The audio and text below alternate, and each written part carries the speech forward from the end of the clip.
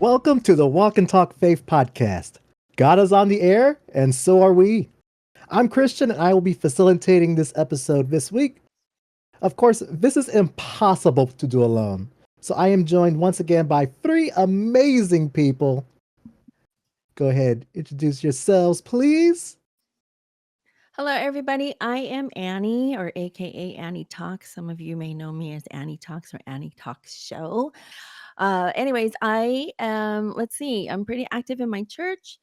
I also do several other podcasts. One called Mixed Talk, one called Annie Talks. Wow, and now this one, Walk and Talk Faith podcast. So I'm happy to be here. Thank you, everybody. Oh, I have 4 children and 2 beautiful grandbabies. Woohoo! The Nice. exciting part. Yes, yes.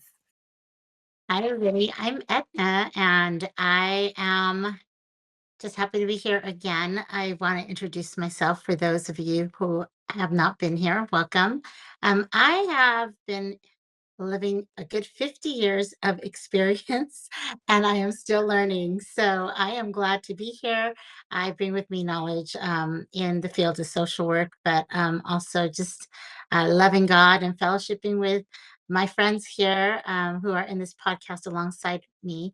I'm super excited to be here today. So thanks. All right. Hey, everybody. I'm Jason, aka Little J. You do find me on YouTube sometime. I have a YouTube channel called Big Life with Little J. I am a traveling network engineer for a company that owns restaurants and airports, so I spend a lot of time on the road. And I have 3 amazing teenagers, 2 of whom are in confirmation right now. And once again, I am Christian. I am a musician, pastor's kid, a audiovisual technician, and all around tech person. And of course, we can't do this alone. We also have our amazing producer in the background, DJ B, who's making sure we sound good and making sure all the hard stuff behind the scenes is taken care of. So we also want to shout Yay. him out as well. We always start every episode with an icebreaker. So before GPS, what mode of mapping did you guys use? Before GPS. Before GPS. Well, Does I it know? think we're all old enough to remember maps. Mhm. We Yeah. were all folding a map at some point or another while we drove, which we shouldn't have been doing, or flipping through the pages in the key map. Yeah. And I use that user-friendly Thomas guide where I just get my finger and I'd point A to number 6 and I'd find my street that I was looking for. So See, that was me, Thomas guide friendly. see, Yeah. now I didn't Yeah. have any of that. When I was started having to use maps, we had MapQuest that just dropped. So I would just print out the directions on MapQuest, and then I'm Mhm. like, okay, go turn left here, turn right here, and hope the streets were accurate. Like Yeah. sometimes they Yeah. weren't, sometimes they weren't. Yeah, I think that we were all in that little window of MapQuest. We all Mhm. used that one too. I'm with Edna. I used a lot of Thomas guides. I used a lot of actual maps. My dad was a proponent for going to AAA or Auto Club and picking up maps for my brother and myself all the time. So every road trip, my dad would go pick up a road map, and we would map him as he was driving. So we were his GPS. We were the navigators. Yes, we were the navigators. That was quite funny. So that was my long time memory of my father, and then us knowing how to navigate a map because he was the one that Mhm. taught us, and he was the one that taught me my direction. So my sense of direction is pretty keen because of my dad. Yeah. Yeah. That's pretty good. That's pretty good. That's very Yeah. beneficial.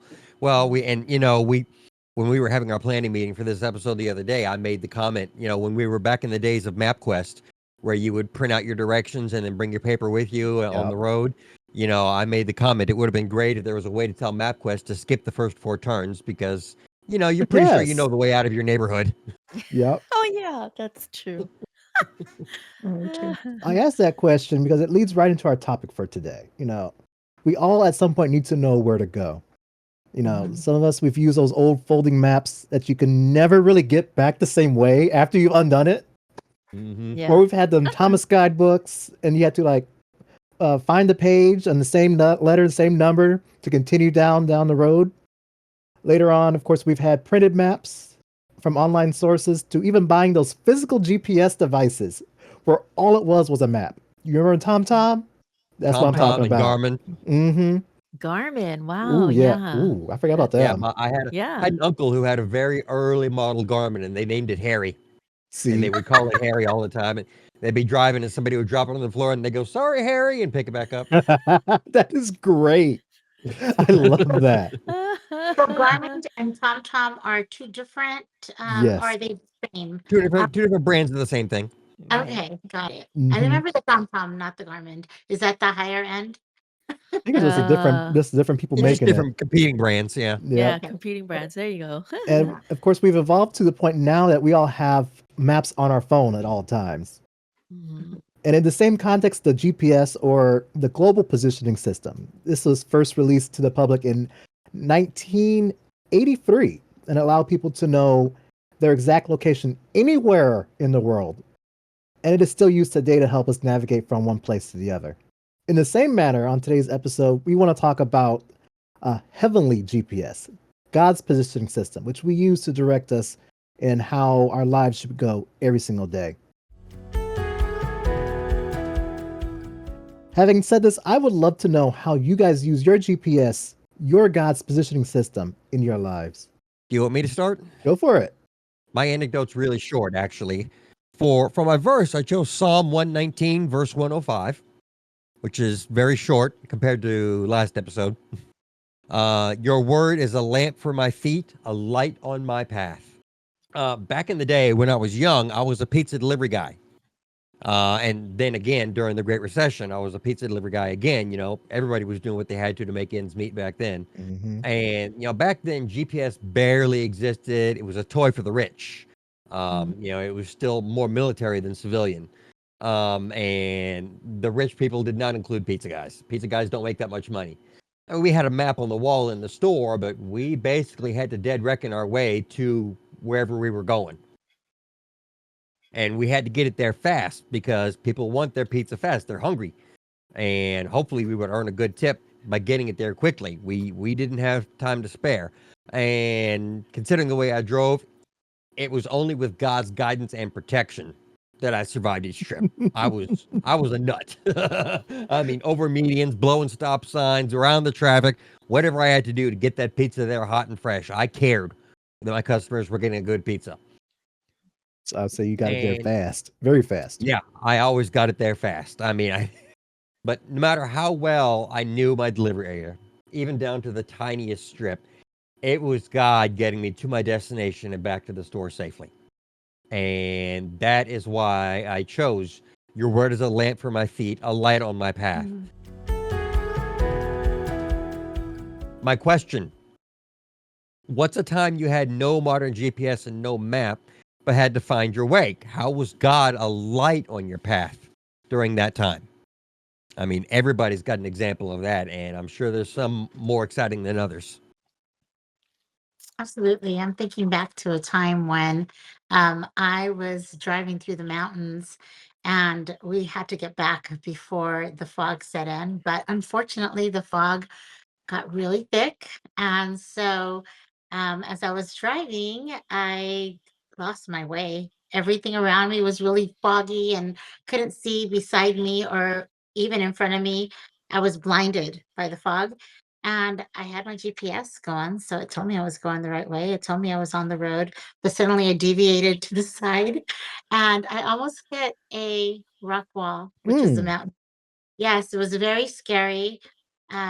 Luckily, there was a big truck that came alongside and had a big yellow light in the back of the trailer, and we were able to follow that light out of the mountain and into safety. And I was so grateful for that light. And with that said, I believe that the Lord gave me that hindsight 2020, right? It's always like that.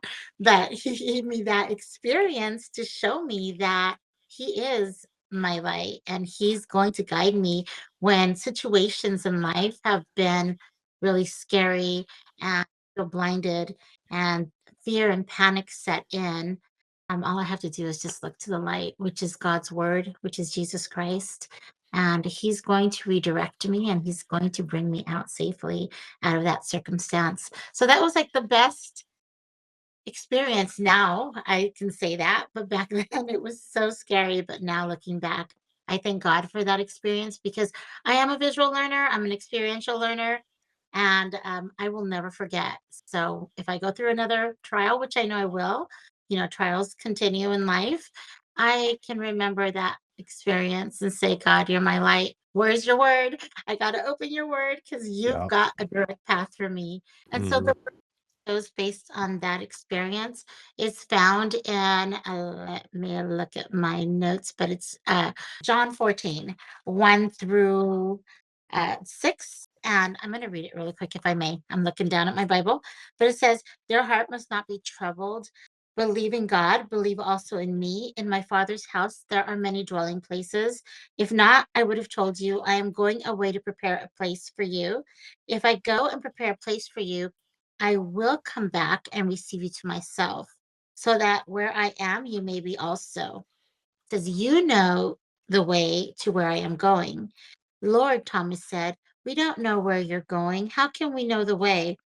Jesus told him, I am the way, the truth, and the life. No one comes to the Father except through me. That's so beautiful. I got the chills because that's it. That's That's it.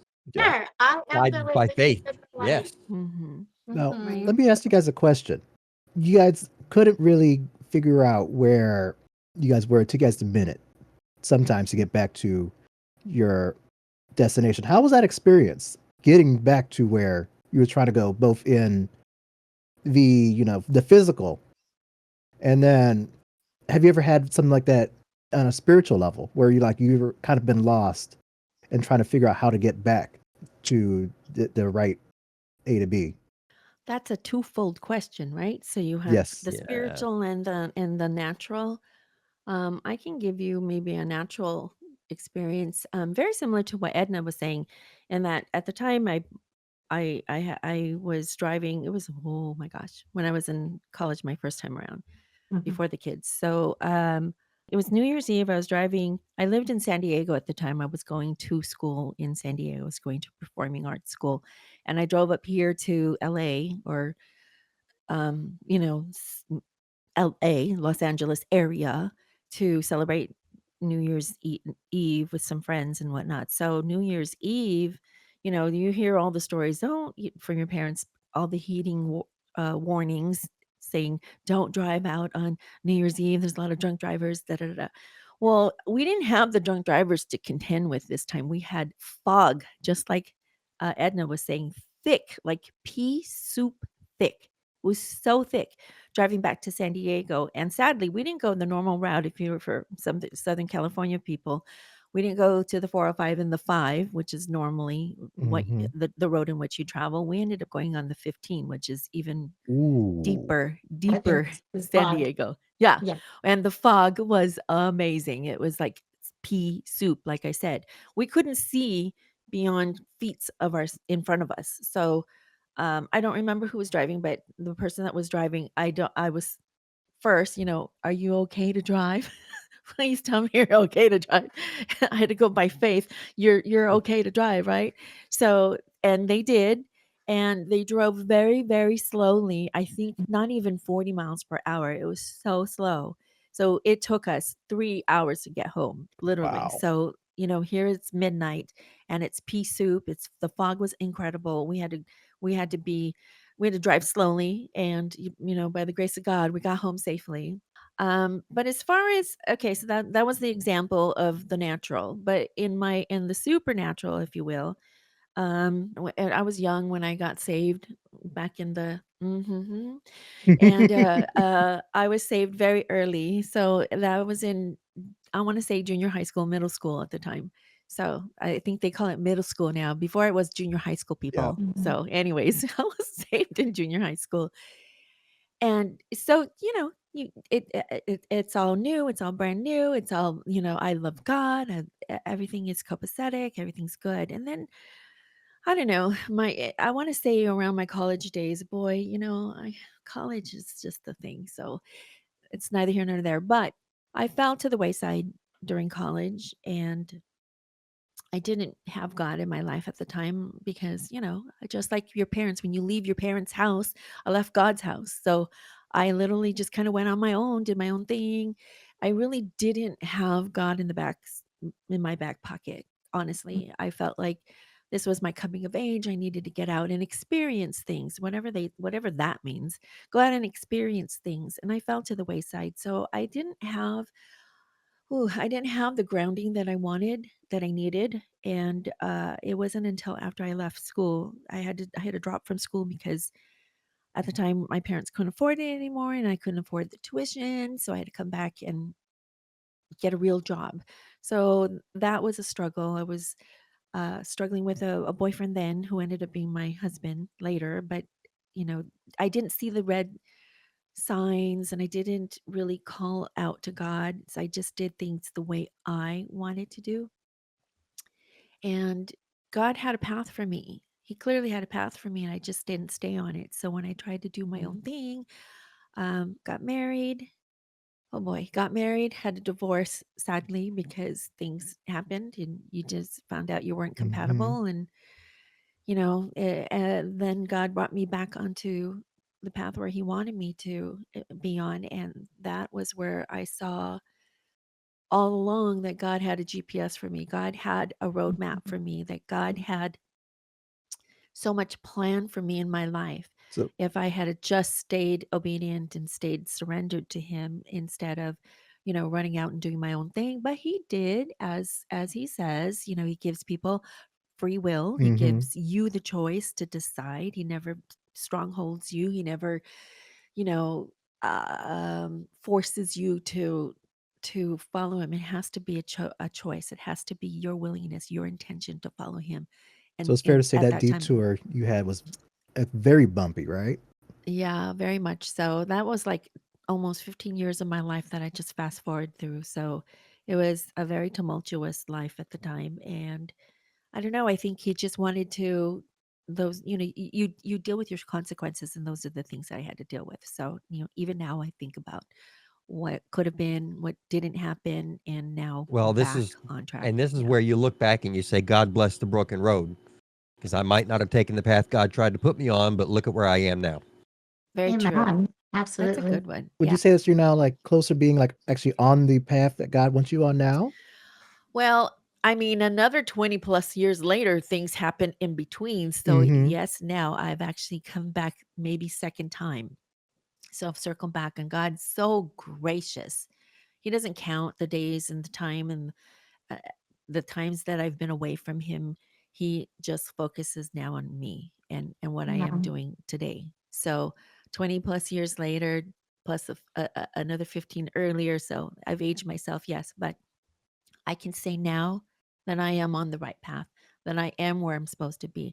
But if you realize everywhere, all of us in our lives, wherever you are, in whatever stages you were in now or going to be, that's where God intends you to be at that moment. So, yes, I feel the past definitely had to happen, and which now leads into where my path is now with God today. So I had to look at the past and see where I came from to see to know where I was going and how I'm going forward. Yeah. So true.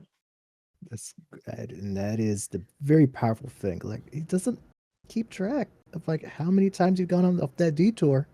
Yeah. As long as you come and get back on the track, and because he's always going to let us. God is always going to allow us to get back on track. Yeah, Yes. You that's know, God's Agree. positioning system. he What we're talking wants us about today. exactly, and he wants us to be on track. He's just going to keep on like, hey, turn left. Hey, Right. come on, turn left. Hey, turn We turn left. right. Hey, Yeah. turn, Mm. and then turn left. Just like how we all know how the GPS can be annoying sometimes when we're like trying to go around it. But God is not annoying in how He does it. I think that was probably a bad example. You get what I'm talking about, Yeah. right? Yes. I don't think it was a bad example. I think it's I a thought it perfect was Like example good. because it's just God's that. always out there going, "Hey, hey, hey, are you paying attention or what? Yeah, I Yeah. mean, come on, pay attention." I know Yeah. sometimes He has to deal with me. I'm going to be real with y'all. Sometimes He has to be like, "Hey, come on, hey Christian, come on, let's go, get back on the track." Because like I'm hard headed sometimes. And I know I'm hard headed. So sometimes he has to be a little bit more forceful with me to get me Yeah. back on the right track. Because and I think that's the beautiful thing because he knows what we all need and how we all respond, Yeah. and he knows how to talk to us. So if being a little bit more forceful for me works, he's going to keep on doing that. Right. And like it brings me to something, an example that I've thought of when I was in the planning for this. I just think of Jonah, how hard headed he was. He was told to go to Nineveh, and it is in the book of Jonah, chapter 1. He was told to go to Nineveh, and he decided he didn't want to do that. He decided he wanted to go to Tarshish by way of Joppa. He got on a boat, hired a boat. They started sailing in the ocean, and the seas got rough. Everyone thought they were going to die. Like it was a mess. Think of the worst possible trip, worst possible traffic jams. The best way I can put it in our modern language, where you're stuck in the 405 freeway for like 5 hours. This is how it was in that water with Jonah and on this boat with all these people. And Jonah was like, "Hey, this is my bad. This is all happening because I didn't obey God. Yeah. Throw me into the water. That way you guys are safe." They threw him into the water. Seas been calm. And then the beautiful part I really looked at, everybody on that boat got saved that day after seeing what happened when Jonah hit that water and the seas went calm. So Mm. sometimes I say that to say this, sometimes our roughness, our detours is good for somebody else. Oh, that's a good one. Sometimes Hmm. our going through that detour can save somebody else and be an improvement for somebody else so they can see the goodness and the most amazing power of God. Fun. Yes. And like I just happened to read that. I that's never really clicked to me before until I was studying for this episode today. Because Jonah he had to take the punishment. He was in a fish for a few days, but God still allowed him to do it again, to have a second chance. And that brings me to my verse, Jonah 3, 1-3. Then the word of the Lord came to Jonah a second time. Go to the great city of Nineveh and proclaim to it the message I give you. Jonah obeyed the word of the Lord and went to Nineveh. Now Nineveh was a very large city. It took 3 days to go through. This verse really was speaking out to me because I had an experience a few years ago when I was trying to make it to Hollywood. And this was during rush hour, so it was a mess. And knowing it was going to be a mess because of rush hour, we left about 3 hours early, trying to navigate, try to get through the traffic, knowing it was going to be a mess because the 405 freeway is no joke. Traffic in At, LA? No way. yeah, and Yeah. traffic is no joke at 5 o'clock on the 405 freeway. Parking lot. Exactly. So I was navigating for my friend, and for some reason, my phone decided it wanted to lose internet connection. And of course, on the 405, there was an accident. So we're having to detour, and so it takes us off the main track. We get confused a little bit. We're a few minutes later. We're going down the wrong direction now. Finally, the phone reconnects to the internet, connecting to Google Maps, allows us to get back on track to go to Hollywood. Mm. So this was my own personal thing, my own personal experience with something like this in the physical. But to relate this to the spiritual, like I lost connection for a minute. So we can relate it to God. I can lose connection with God sometimes. But then it's always a chance to reestablish that connection with God. Jonah had a chance to reestablish his connection with God after he got out that fish to go back to Nineveh, go back to the direction that he was supposed to. And That's I've a had really stuff like good metaphor. mm-hmm, and I've had stuff like this happen to me as recently as well a week ago. Like I said, I'm hard headed sometimes. Like I can be working on a show with clients that I'm gonna be real, they would just try me. Mm. And I'm not always the best with facial expressions, with and sometimes I just want to tell them off. I'm gonna be real with y'all. But then I would hear my GPS, my God's positioning system, in the back of my head. It told me, hey, no weapon formed against you will prosper. That's Mm. Isaiah 54 and 14. Then I'll just have a little short prayer. Prayer as simple as, Lord, please handle it, because I don't want to lose my job today. Something simple as that. And then it brings me to another scripture that comes to mind. This is Philippians 4, 6, and 7. Do not be anxious about anything, but in every situation, by prayer and petition, with thanksgiving, and present your request to God. And the peace of God, which transcends all understanding, will guard your hearts and your minds in Jesus Christ. My question is: has there been a point when you're having directions and you have the directions with you, but you still got lost? Yeah, MapQuest. No, I'm just kidding. Just kidding. No, I actually have an experience like that where we were just God was probably screaming at us. Remember I was saying a few minutes ago about God smacking your head saying, "Hey, you paying Mm-hmm. attention or what?" And we were just too daggum stubborn. Long about I guess 2017, we planned a vacation. And we were actually going to go from Houston, where I live. We were going to go west a little ways to the hill country, spend some time in the hill country, then double back east, and we were going to go along the Gulf Coast. And when we went west, everything went fine. We enjoyed the hill country for a day or two, then headed back east. Before we got to the Texas-Louisiana border, an identity thief drained our bank account. Oh Oh no. no. Oh, And it was 4th of July wow. weekend. We Wow. couldn't get a hold of anybody. We couldn't get a hold of the bank. We couldn't get a hold of anyone to do anything, to try and take care of anything. And we actually we just crossed the line into Louisiana. So we doubled back into Texas where we were residents. We had Texas IDs and all that kind of stuff. And I said, Mhm. okay, for the time being, we're going to take out a quick loan at a bank here to get us through this vacation. And then we'll straighten out what's going on once we are able to, we'll enjoy our vacation. Then we'll get home and do all this fighting and get our money back. That was quick Well, thinking. yeah, but then the motorhome blew out a tire.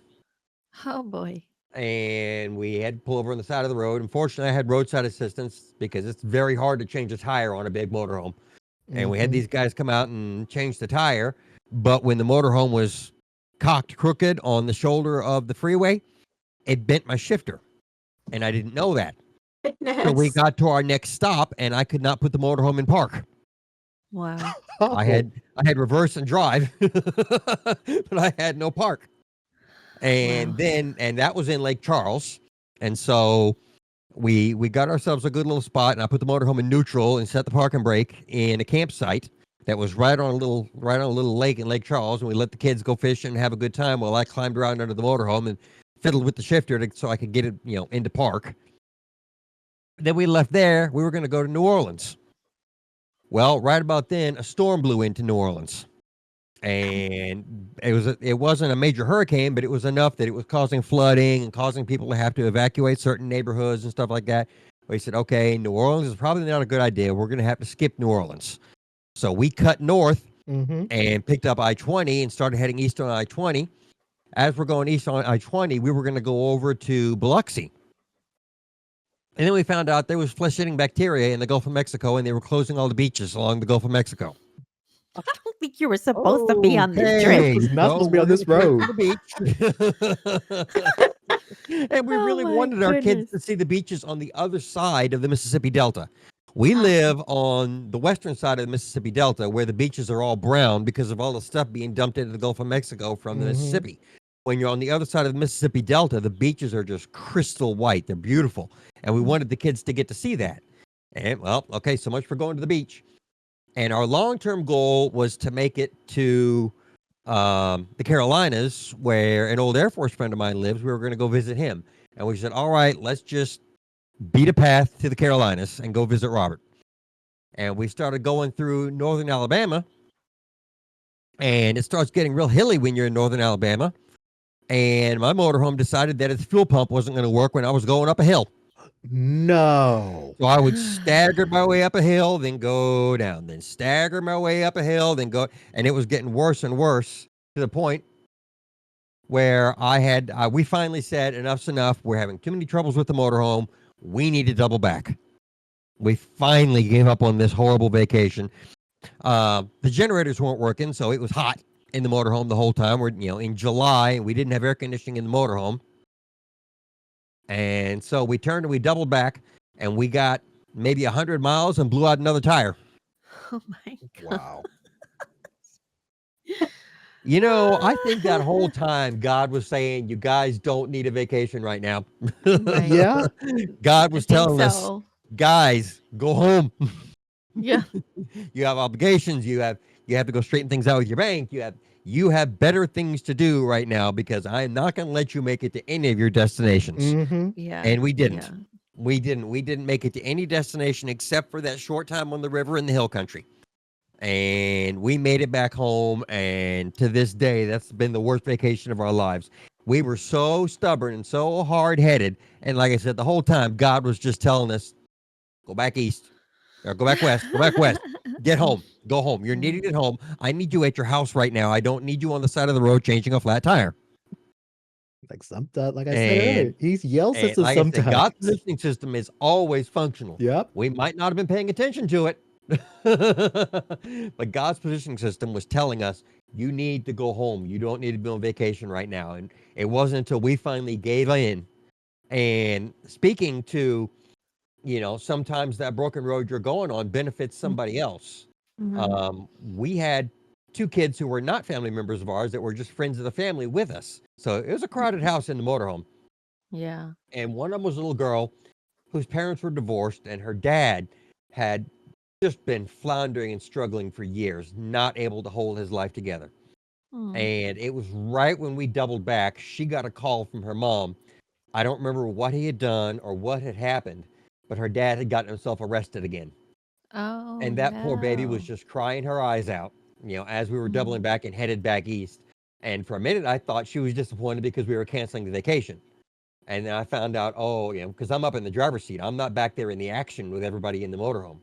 So the word did eventually get to me that her dad had done, I don't know what, but God knows what she was spared from what he had done, to Mm-hmm. get himself arrested. She was probably as upset and frustrated and sad as she was and crying her little eyes out. It was probably a blessing to her that she was not around whatever commotion her dad had gotten himself into. Yep. Um, Mm. and she Right. was with us who could encourage and support uh, her during that little crisis.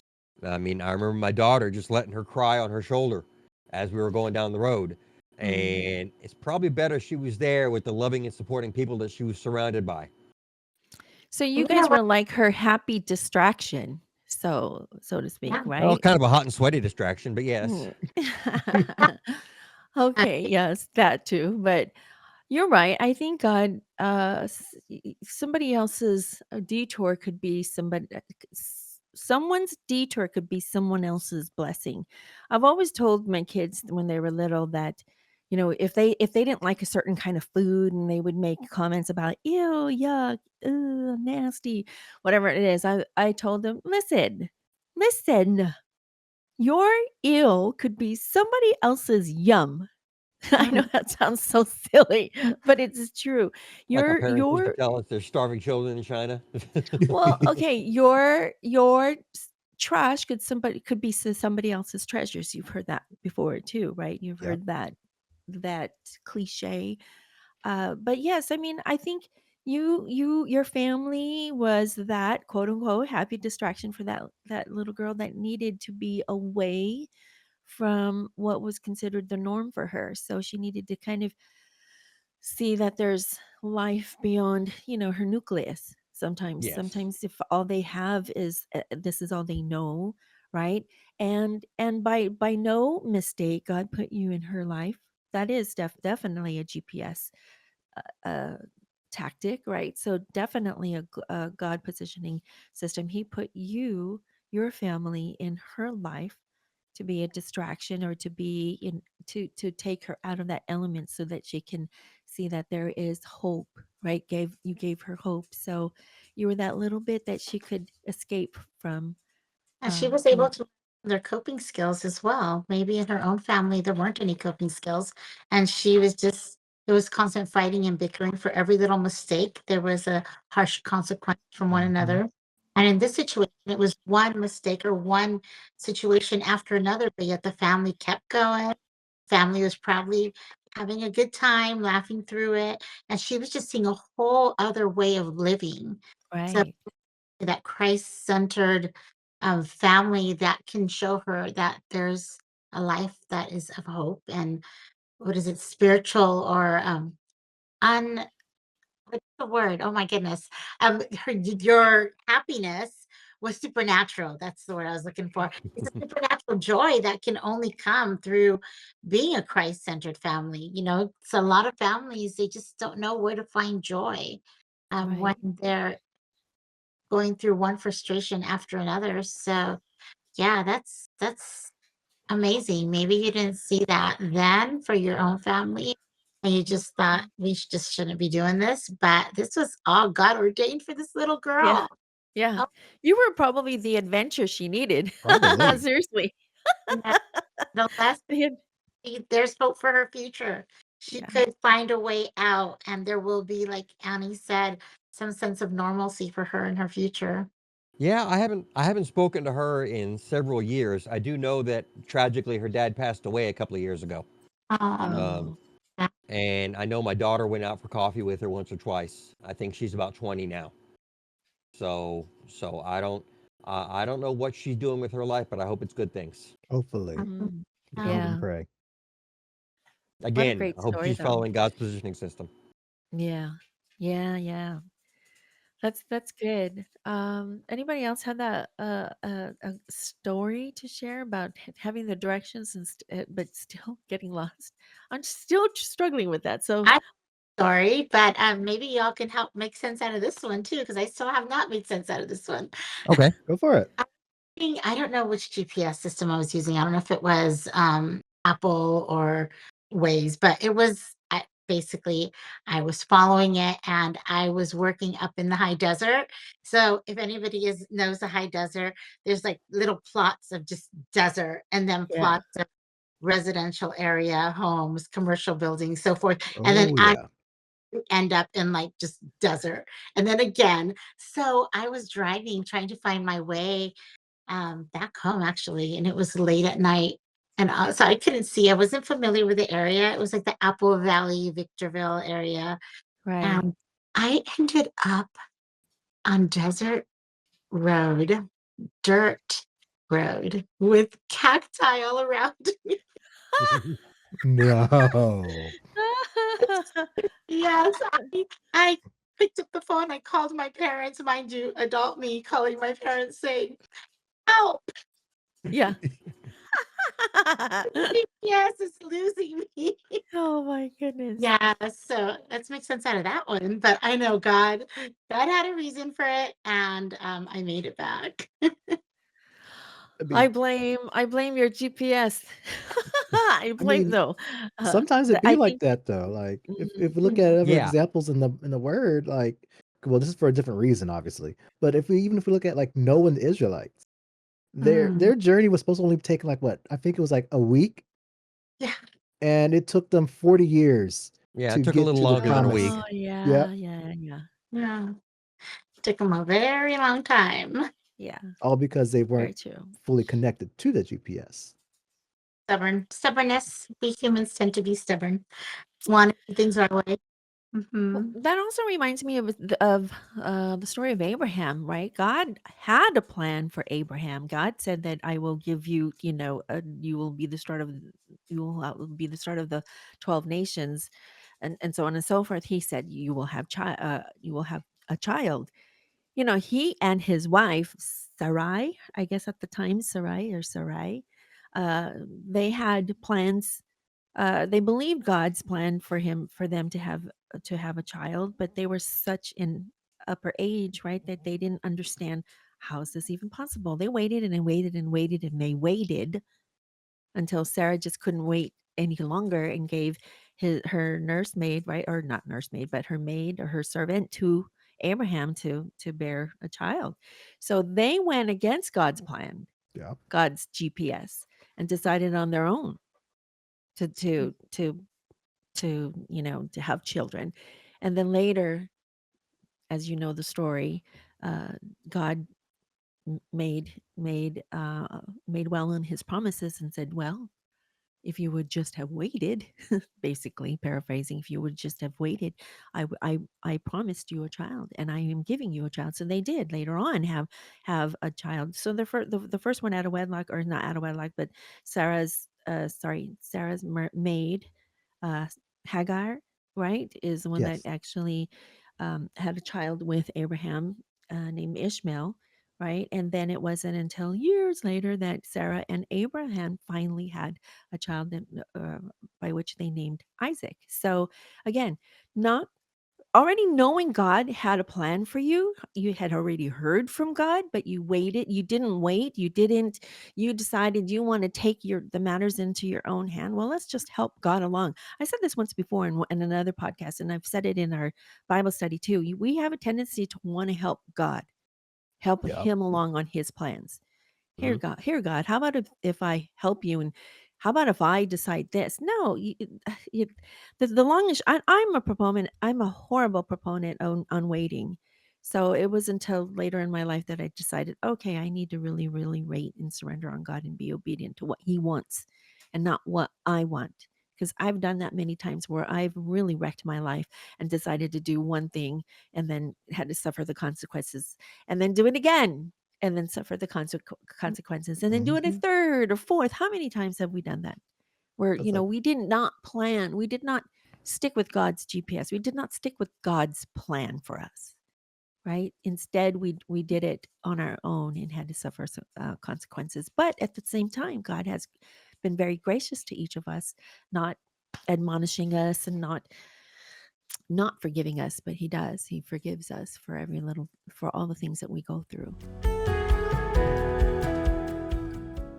I think there's something to that though. Like this is the ultimate walk in faith. Really, is just trusting that God's mission system. Because like sometimes like He'll just tell us to go a direction, but we don't know the destination. Mhm. We don't know Mm. where He's trying to get us to. We can't see where He's trying to get us to. So sometimes like we just have to trust it. We just have to have faith that okay, God knows what He's doing. He And knows what He wants us to do, and He knows how He's going to get us there. I'm just going to follow that. It's hard though. It's not That takes a easy. lot of faith. It is not always easy. and the beautiful thing is that we have a redemptive God, right? And one of you had mentioned that, I think it was Annie, that God knows like the life that we're going to live, and not everything is a mistake. God redirects our path and He makes it work for good. And so there's always that opportunity to say, "Okay, Lord, I'm listening. Let's do this. Yeah. Right. What do I do? Where do I go?" Yeah. Yeah. Are you ready to listen to God? Yes, exactly.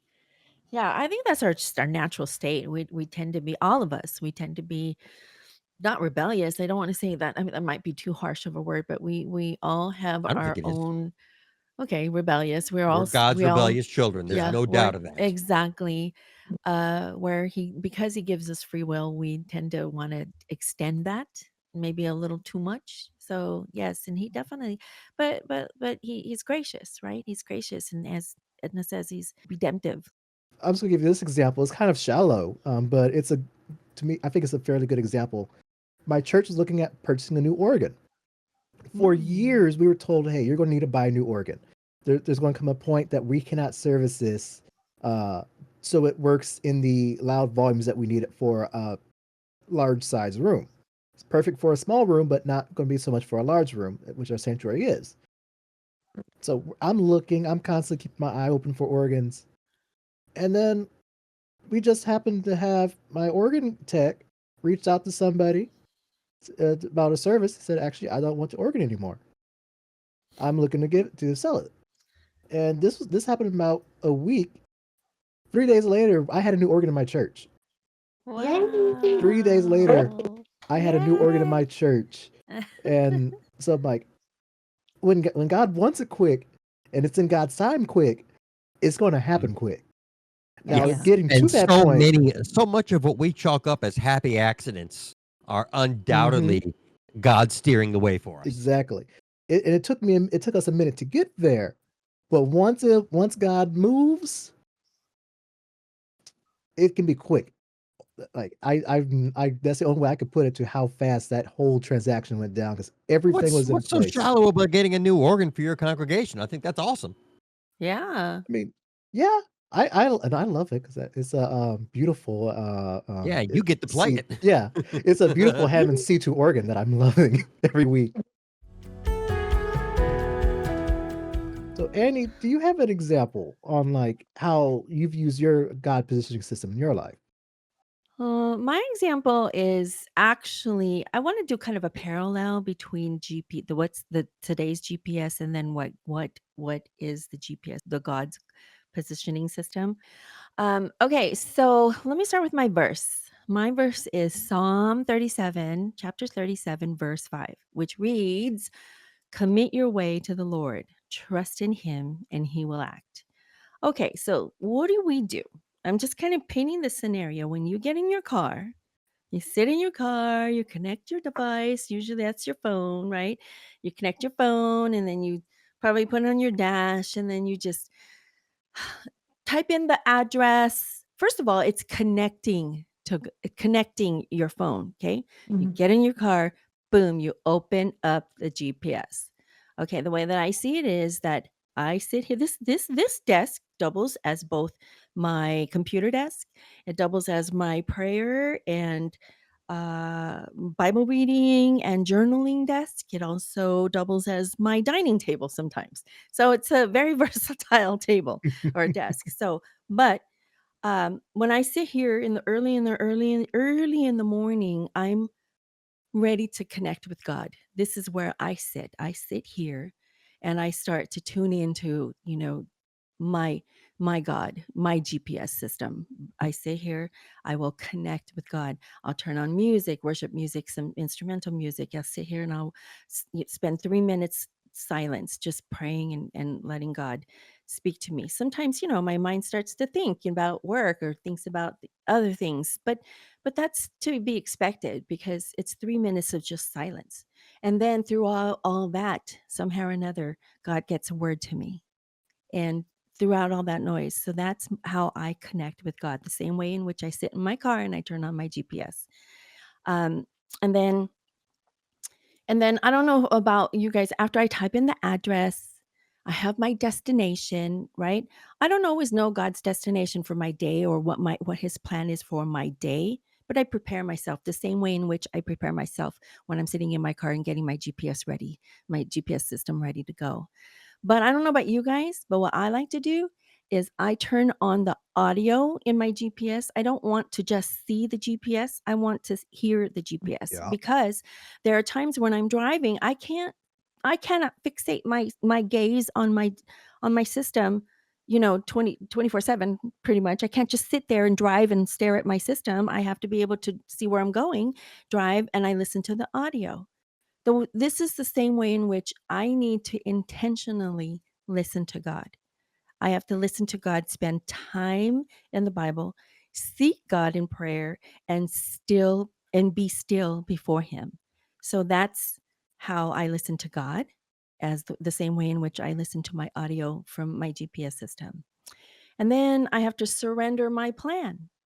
So I have to have trust and faith that my GPS system is going to get me to where I need to go. I have to believe that the information that it's spitting out to me is truly where what I need to follow. That's the system I'm supposed to follow. Hmm. Just like when God tells me something and he asks me to something or he leads me, the Holy Spirit leads me, I have to trust and believe that what he's telling me is is I have to have faith in what he's telling me that he's going to get me there. He's going to get me to my destination, or he's going to get me through the day, or he's going to direct me in a path in which way in uh, a direction where I need to go. So the same way in which I have to surrender my faith in my GPS system to get me to point A to B, from point A to point B, I have to surrender myself to God in that same manner. And then I also have to involve God in my decision. How do I do that with my GPS system? Well, I'll sometimes go into my GPS system, go to my settings, and say avoid toll roads, avoid highways. Only get me there through surface streets. I'll set my setting specifically to that. So I have to have God involved in my decision. I have to ask Him, dear God, what do you want me to do? How do you want me to talk to that person? How do you want me to react to this? How do you how what decision, should I do here? What do you want me to do in this I think that's the situation? hardest example you've given so far, too. Yeah. To Yes, take in the moment and take a step back and say, okay, God, what am I supposed to do here? right. Yeah, exactly. Because it's in those moments that our emotions tend to take control. Very true. And I've got just two more. So and then I have to be patient, right? So Ooh. sometimes, yeah, Say that one be again. Say it patient. again. I have to be patient.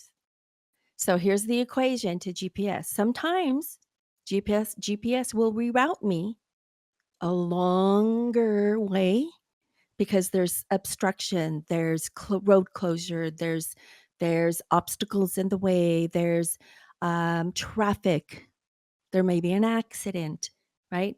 So I have to be patient. The same way in which I have to be patient with GPS because it's rerouting me. I can't tell GPS, get me there faster, for crying out loud. I have to go according to what GPS says. The same way I need to be patient with God. I have to be patient about His timing. Sometimes He may not answer me right away. Sometimes He may not have um, uh, I may not even hear from him till a few days later or so. But God's timing may not be exactly what we expect, but we have to be patient. So just like I have to be patient with our GPS system, we have to be patient with God. We have to be patient in His timing. And then the last thing I have is I have to show gratitude. Why do I have to show gratitude? Well, first of all, once your GPS gets you to where you are, what can you do? What do you guys do? Do you breathe a sigh of relief? Like, oh Oh my yeah. gosh, I'm here. I'm finally here. Yes. Right. Even if it's a long, especially if it's a long road trip or if it's just to the store or just to work. I live 7 miles away from work, which is 22 ish plus minutes.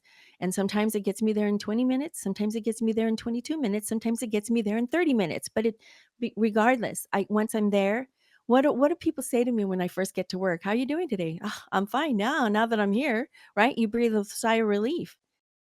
So the same way in which I need to show gratitude to God.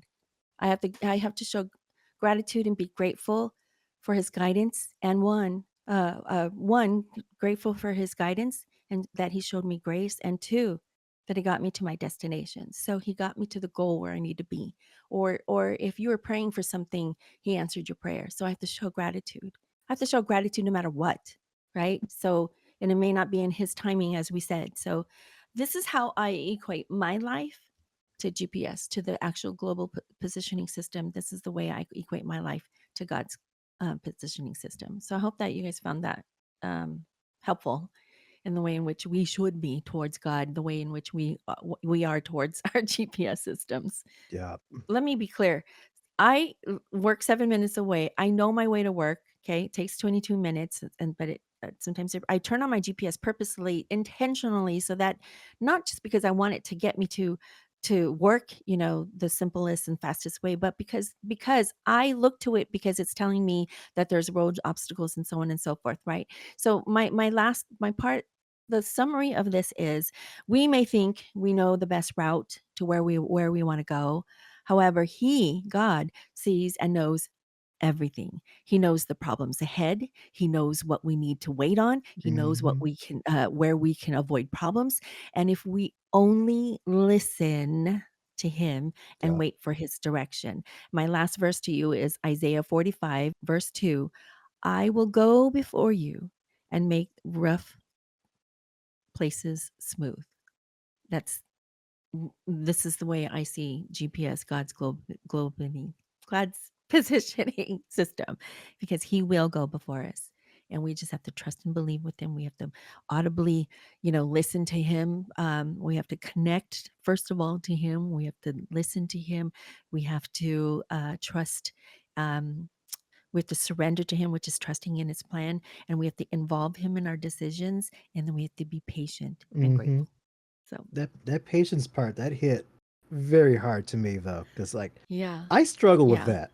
I Yeah. very much struggle with being Well, patient. don't we all?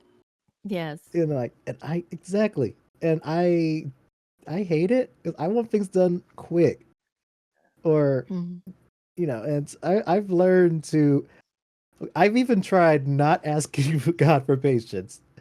That doesn't work either. Mm.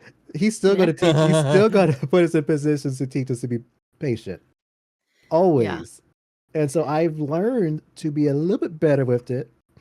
I'm not quite where, well, I feel I would like to be, Mm. but I know that's something that God is constantly working with me on. So I know Right. I'm always making improvements on that. Right. And being patient with the routing that God Mm. does, Mhm. especially when, like we said earlier, sometimes we don't see it.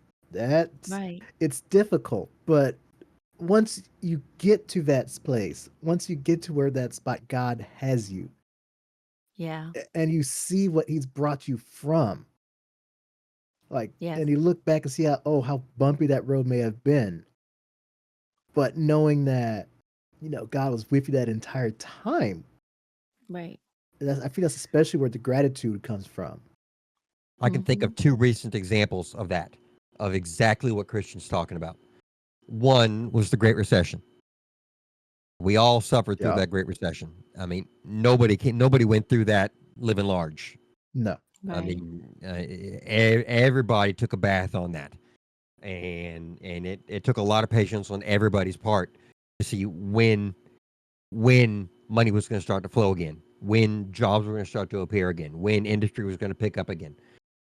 And the very same thing was uh, during the pandemic. I mean, Mhm. everybody was stuck in their houses. You Yeah. couldn't go anywhere, and everywhere you went, you had to wear a stupid mask. Hmm. And the economy took a major dive. Everything stopped, and people were being furloughed and laid off left and right. And it took a lot of patience from a lot of people for the world to right itself again. And that Yeah. ship will always right itself because God's at the helm. You just have Right. to be patient. I want to share a little story about when we had the Great Recession. Like, of course, I was in high school, so Oh, he like, just aged himself. Wow. yes, yes. You're not that old. Stop it. Surprisingly, I am a little bit. But like, I was in high school when that happened, and so it's the crazy timing of all this was my parents had just decided to do an addition and renovation on the house just before the recession hit, and they'd already started putting all this money into it. In fact, in this room that I'm standing in right now, behind me was gone because they had cracked the entire wall to extend onto this part of the room and also add on to a new part of the house. Mm. Then the recession hit. And so everyone got furloughed and it was difficult, but they were still able to. My parents put faith that they would have somehow have the funds and the ability to finish this whole project that was started. And through God, that's what happened. They were able to finish that, and not only that, but we also had enough that we ate every day. We didn't Mm. miss any meals. Mhm. Like, Right. I think I actually gained a little bit of weight during the time. So like, Wearing your pinky? but Come on. I say it to say it's like sometimes it's bumpy. Like we don't see how it is, but God's going to bring us through. Yeah. He's going to bring us through it always. And Yeah. even during the time when like everything was awful financially, God brought the entire project to a close, and we still were fine. Right. And Yeah. I know He does it every day, and there's many different examples we could all share on like just how God brings us through that because He knows His direction. He knows how to navigate, and if you're listening to His navigation, He'll bring you through and bring you through better than you was before. Yeah. The when the recession actually hit, we didn't know about it. Hurricane Ike had just come through Houston. Mm, And after the debacle that was the Rita evacuation, trying to get 4 million people out of the city of Houston in a matter of a week or two, that had gone so badly that when Hurricane Ike came, it was anticipated that the storm was going to go to the west side of Houston. And we lived Mm. over on the east side of Houston. So they told everybody in Houston, just hunker down. Just hunker down. You'll be fine. Ride out the storm. It's going to go off to the west of us. It's not going to be hitting us directly. Just hunker down. That was everybody's favorite saying leading into when Hurricane Ike was coming. Hunker down. And so we hunkered down. And like I said, we live on the northeast side of Houston. So the storm was supposed to be a long ways off from us. And instead, the storm came up our driveway. Oh my Wow. goodness. And we spent a couple of weeks with no running water, no electricity, no telephone. The cell phone towers were damaged. There was no cell phones. The roads were blocked by debris and trees and stuff like that, or the roads were flooded out. Only thing we had was natural gas. And so we spent a couple of weeks completely in the dark, just surviving Wow. whatever way we could, working with our neighbors, running on generators if we had them and things like that. And the power came back on, and we turned on our TV and discovered that the economy had crashed while we were in the dark. And that was in September, October-ish, and things were just going steadily downhill. We had only just started our business a year or so before that. And it came to a point in December where I had to take my wife at the time by the shoulders and say, honey, this is going to get a lot worse before it gets any better. We're going to lose a lot. And we wound up losing our house. We had a pretty little suburban house, and we moved into a crummy trailer in a crummy neighborhood. We lost my wife's beautiful Buick. Actually, in 2009, we earned less than we paid in taxes in 2008. Wow. And I was determined to drag my company through this hard time, whatever I had to do, which I did.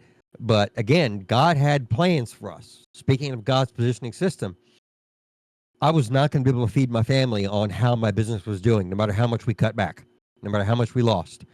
And that's how I wound up going back to the pizza business.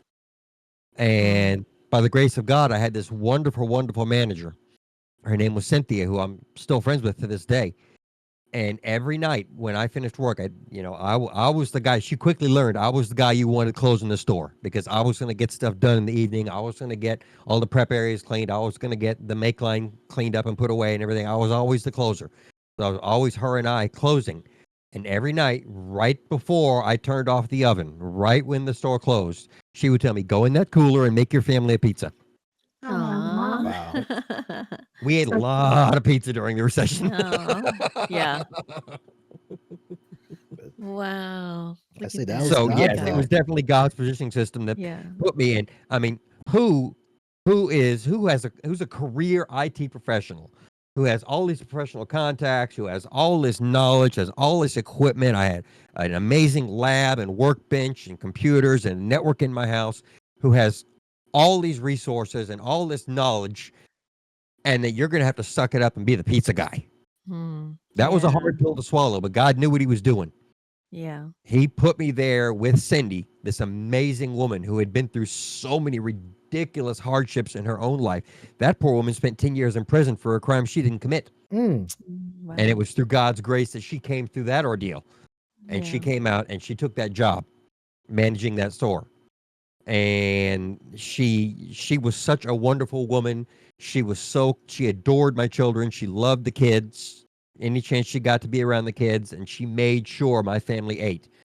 Mm, Like I say, you got to do what God is steering you into. Yes. right. He knows better than you do, no matter what you think you know.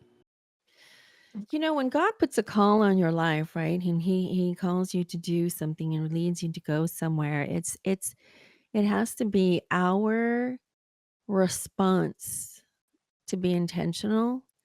By that I mean when he directs you a certain way, we could do one of two things. We could listen, or we could just go, and then not listen, right? So I think that's when we talk about GPS, we could take it or leave it. We could take the direction, what like that GPS gives us literally on our GPS system, the same way in which God tells us, this is where I want you to do. We could take it or leave it. And like Edna, where we tend to go, oh, I have a different way. I'll go a different way. I'll go the route that I normally take, even though you've gone that route 1,000 times. Your GPS is telling you, it's warning you, it's telling you ahead of time, no, go this way because I foresee something. I foresee there's something in the way, obstacles. You won't get there in the time frame that you want to get there. You're not going to be able to go that route because of road closure. We have to trust and believe that God has that best position for us, that best Yeah. route for us. So when we ask God for help, when we ask God in our prayers and we say, God help us, lead us, how much of that are we really doing? Or are we really allowing him to help us and being intentional with the way he wants to help us? So I think that's the twofold thing. It's, yes, we all know what GPS means. We all know what God wants, but are we listening? Are we intentionally following and intentionally listening? So that, I think that's my challenge to all of you guys, is to see, God speaking to us in more ways than one. He could be speaking to us sometimes more audibly than we know. So for me, I've only heard God speak to me maybe one time really recently, very audibly, where he said something, and I shared that with Edna not too long ago, what that was. Or he may be speaking to us and ministering to us through other people, other things, other scenarios, other situations. But are we intentionally listening? Mm. So it's one Mhm. thing to ask, but are we going to follow the way that we intend to? That's the big question right there. And we are coming up close to time, but I do want to allow you guys have anything else that you guys want to share about God's positioning system, how we should use this in our lives. I think we've covered very well the importance of listening to God, I agree. Yeah. because he's going to redirect us when we go off the path. We just need to pay attention. Yeah. Yeah. Pay attention. Ooh, that's good. That's I good. feels like That's very good. feels like you all have said it all with that. That being said, Yes. now we need to heed to the instruction of God's positioning system. Yes. Exactly. And with that, thank you once again, Jason, Annie, Edna, for joining us on here.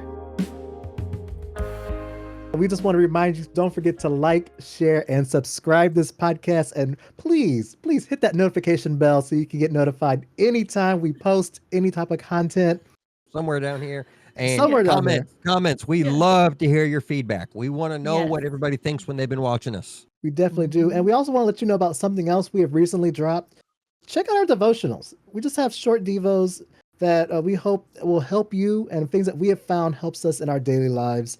It's things that we've experienced, and we just want to be able to share that with you. And so our goal, we have this drop every week. So please check it out. We have a whole um, playlist of them right here on YouTube. Finally, we want to let you know what our topic is for episode 3. It's going to be Christian entertainment and media. So we would love to hear from you, our viewers. Yes, you right now. We'd like to hear from you and tell us some of your favorite Christian or faith-based movies, your favorite TV shows, radio stations, or different entertainment channels that you may have watched. We want to encourage you to email us at walkandtalkfaith@gmail.com. And of course, you can also follow us on social media. Comment in the description below. And all of our social media handles will be on the end card. Yes. So Yes. And DC Talk fans, speak up. Those guys definitely, are all but forgotten these days. We want to hear from you. yes, we love to hear from you. And so we may be going off the air right now, but we want to let you know that God is always on the air. Until next time, God bless you. We will be happy to talk with you next time. See ya. Bye. Everyone.